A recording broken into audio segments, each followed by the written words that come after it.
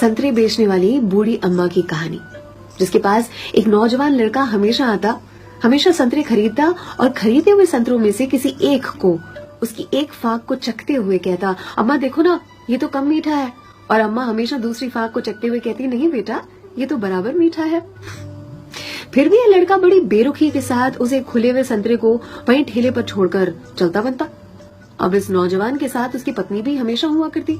एक दिन पत्नी ने पूछा, ये जो तुम हर बार अम्मा के ठेले पर पहुंचकर नौटंकी शुरू कर देते हो, ये संतरा तो कम मीठा है, ये संतरा तो कम मीठा है।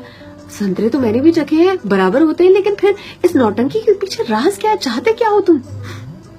इस पर लड़के ने अपनी पत्नी को एक मीठी सी मुस्कान दी और कहा, मुझे भी पता है कि सारे के सारे संतरे बहुत ही मीठे होते हैं, लेकिन तुमने कभी अम्मा को देखा है?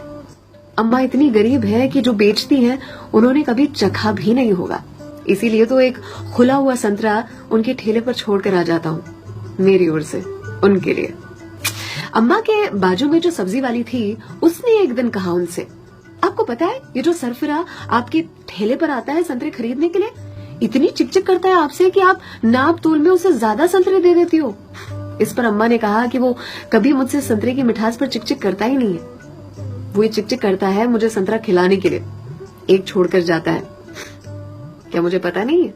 उसकी चिकचिक में भी उसके प्यार की मिठास नजर आती है। वो कहते हैं ना कि मेरे हिस्से से ज्यादा तूने मेरी थाली में परोसा है, कितनी भी मुश्किलें दे ऊपर वाले, मुझे तुझ पे भरोसा है। छीन कर खाने वाले का कभी पेट नहीं भरता और बांट कर खाने वाला कभी भूखा नहीं मरता। अगर कोई ऐसा दिखे, उसकी मदद जरूर से करे। इसी को तो कहते हैं जियो दिल से।